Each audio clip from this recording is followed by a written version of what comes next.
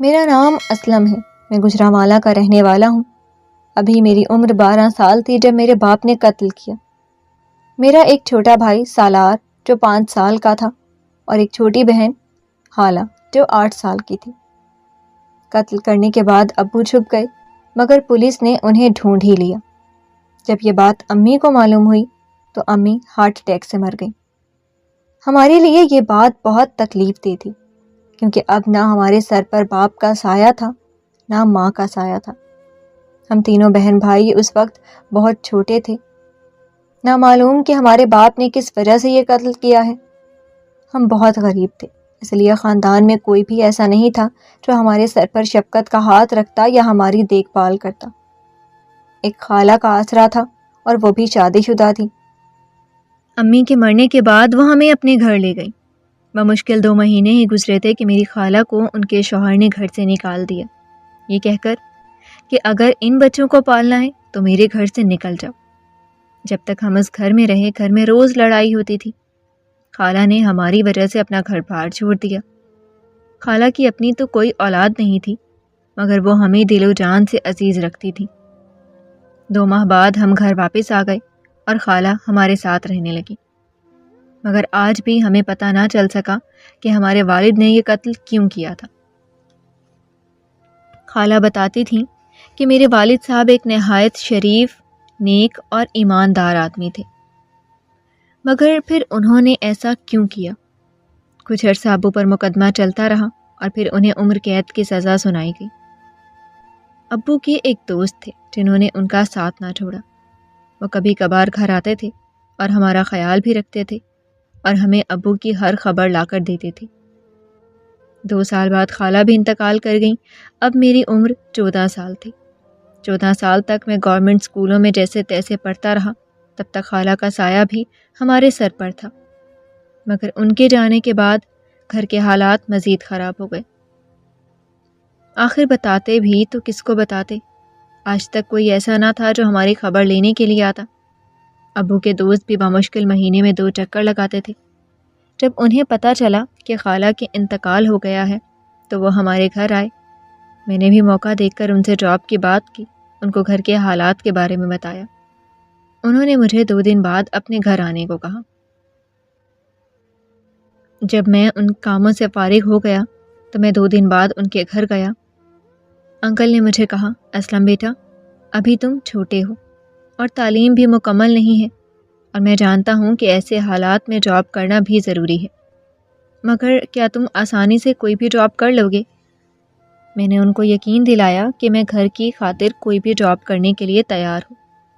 انہوں نے میرے ہاتھ میں ایک کارڈ تھمایا، مجھے جگہ کا ایڈریس سمجھایا اور مجھے کہا کہ اسلم بیٹا یہاں چلے جاؤ، یہاں تمہیں عبدالغفور صاحب ملیں گے، ان کو جا کر بتانا کہ انکل شکیل نے مجھے آپ کی طرف بھیجا ہے، میں نے انہیں کال کر دی ہے اور تمہارے بارے میں سب بتا دیا ہے، وہ تمہیں اپنے پاس کام پر رکھ لیں گے اور اپنے کام کی نوعیت سمجھا دیں گے۔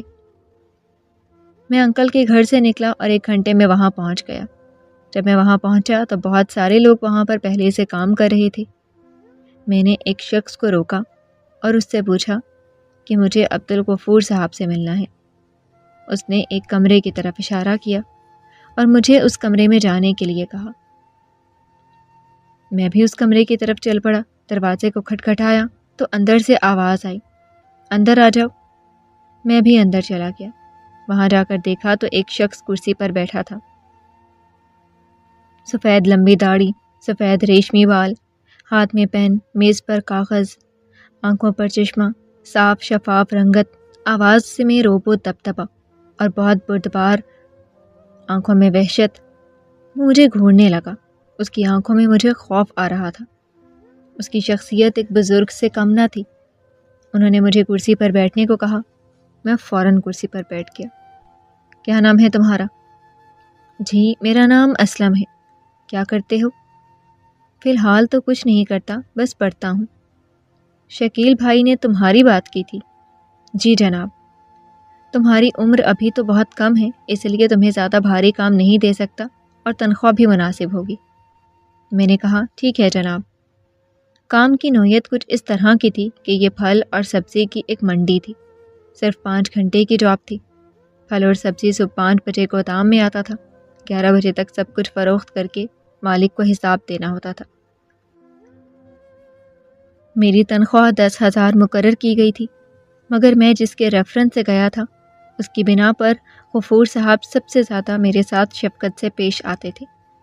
ویسے بھی وہ اپنے تمام ملازمین کے ساتھ بہت شفیق تھے، کبھی کسی کا حق نہیں کھاتے تھے اور اکثر اوقات حق سے زیادہ دے جاتے تھے۔ کبھی منافع زیادہ ہو جاتا تو وہ بانٹ دیتے تھے۔ جو کوئی محنت کرتا تھا اس کو اتنا سراہتے تھے۔ اس کے علاوہ اگر کوئی ان کی مدد کا طلبگار ہوتا وہ اس کے ساتھ شفقت سے پیش آتے اور مشکل وقت میں کبھی اس کا ساتھ نہیں چھوڑتے تھے۔ ویسے تو شکیل صاحب نے مجھے ان کے بارے میں کچھ باتیں سمجھا کر بھیجی تھیں، مثلاً یہ کہ غفور صاحب ایک نہایت ہی ہمدرد نیک دل آدمی ہیں، مگر ان کے اصول بہت سخت ہیں۔ انہیں جھوٹ بالکل پسند نہیں اور نہ دھوکہ دہی کو پسند کرتے ہیں۔ ہاں، مگر جو شخص ان کے ساتھ مخلص ہو کر کام کرتا ہے اور پوری ایمانداری کے ساتھ دل لگا کر کام کرتا ہے تو وہ ان کے ساتھ ایک باپ جیسا سلوک کرتے ہیں۔ آج تک جو بھی ان کے پاس آیا ہے وہ پورے دل و جان سے ان کے ساتھ کام کرتا ہے، کیونکہ غفور صاحب نے کبھی بھی کسی کا حق نہیں کھایا۔ 3 ماہ ہو گئے مجھے ان کے ساتھ کام کرتے ہوئے۔ میں نے محنت اور پوری ایمانداری سے اپنا کام کیا۔ غفور صاحب نے جب میری محنت اور ایمانداری کو دیکھا تو ایک دن انہوں نے مجھے اپنے پاس آفس میں بلایا۔ انہوں نے مجھے مشورہ دیا کہ میں ایک اور جاب کروں۔ انہوں نے کہا کہ میں ایک محنتی اور ایماندار لڑکا ہوں اور میں تمہارے لیے ایک نئی جاب کا انتظام کر دوں گا۔ یہ جاب ایک ریسٹورانٹ میں ہوگی۔ تم ایک سمجھدار لڑکے ہو، مجھے یقین ہے کہ تم اس کام کو بخوبی انجام دو گے۔ انہوں نے مجھے اپنی تعلیم کو جاری رکھنے کا مشورہ دیا اور ساتھ میں مجھے اس بات کا بھی یقین دلایا کہ وہ ہر حالات میں میری مدد کریں گے۔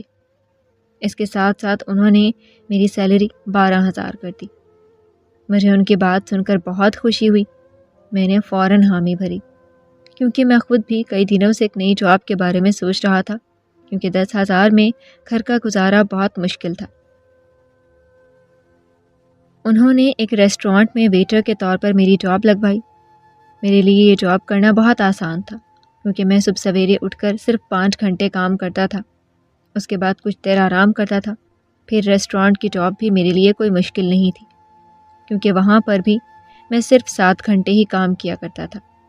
مجھے اس بات کی خوشی تھی کہ میری سیلری اب ڈبل ہو گئی تھی۔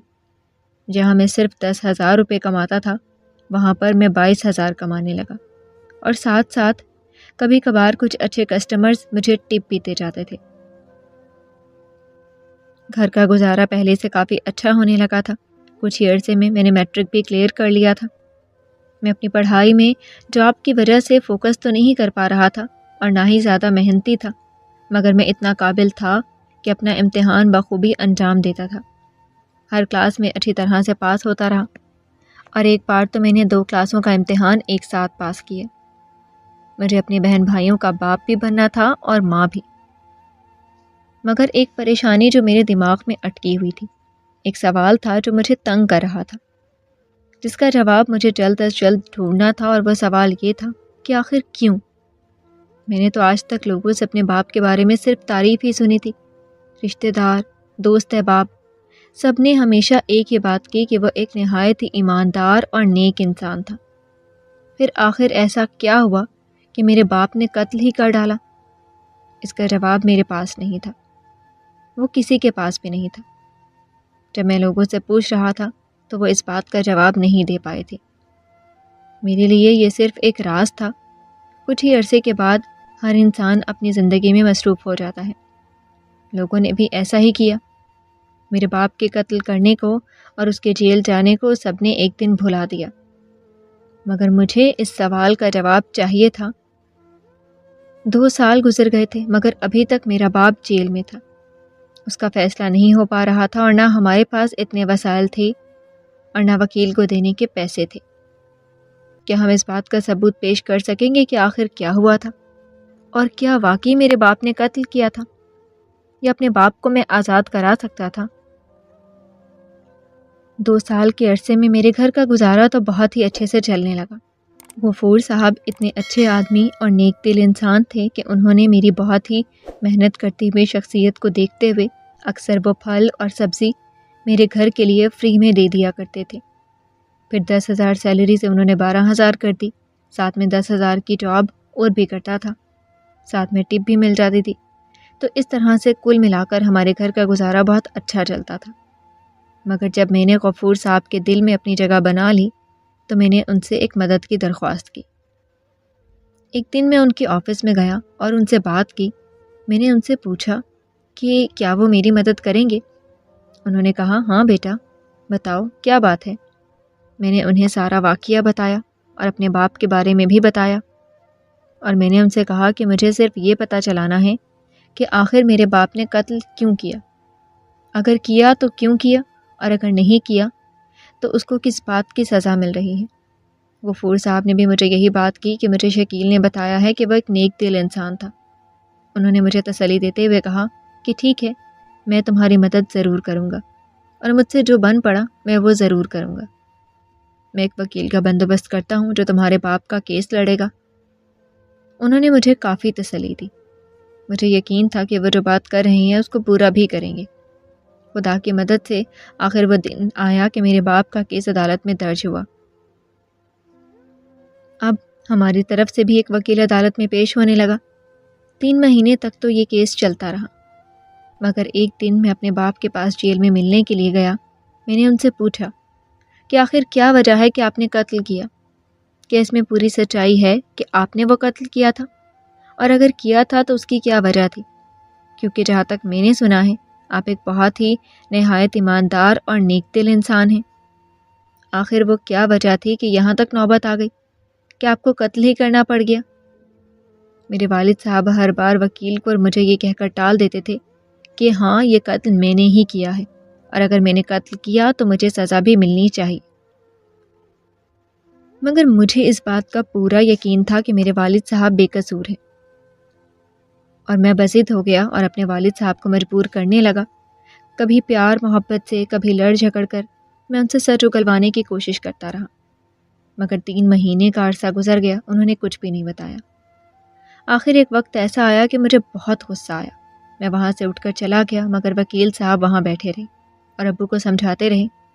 وکیل صاحب نے بھی مجھے یہی بات کی کہ اگر یہی سب چلتا رہا تو ایک نہ ایک دن جج صاحب ہمارے خلاف فیصلہ سنا دیں گے۔ مگر میں اور وکیل صاحب دونوں بے بس تھے۔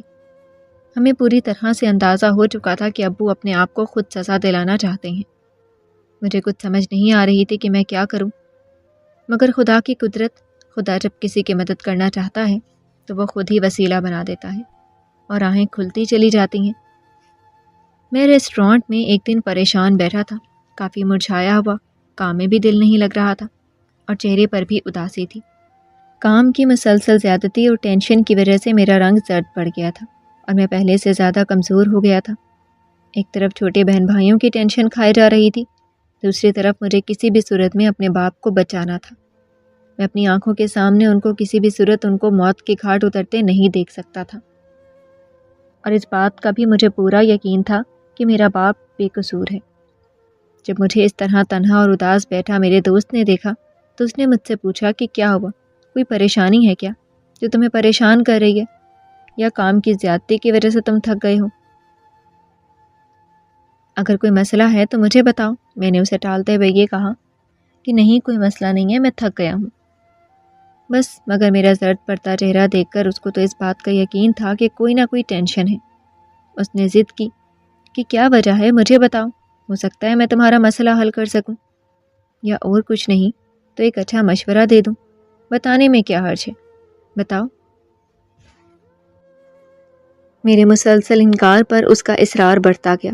آخر میں نے اس کو سارا واقعہ بتا دیا اور اسے بتایا کہ مجھے سب سے زیادہ پریشانی اس بات کی ہے کہ میرے والد صاحب مجھے سچ نہیں بتا رہے۔ آخر وہ کیوں خود کو سزا دینا چاہتے ہیں؟ آخر ایسی کیا مجبوری ہے جو ان کو سچ بتانے میں روک رہی ہے؟ ثاقب نے میری بات پوری سنی اور تھوڑی دیر کے لیے کچھ سوچنے لگا۔ مجھے سب سمجھ آ گئی ہے، اکثر کچھ کیسز میں ایسا ہوتا ہے۔ اس نے کچھ لمحے سوچنے کے بعد مجھ سے کہا، کیا مطلب؟ میں سمجھا نہیں، تم کیا کہنا چاہتے ہو؟ میں نے اس سے پوچھا۔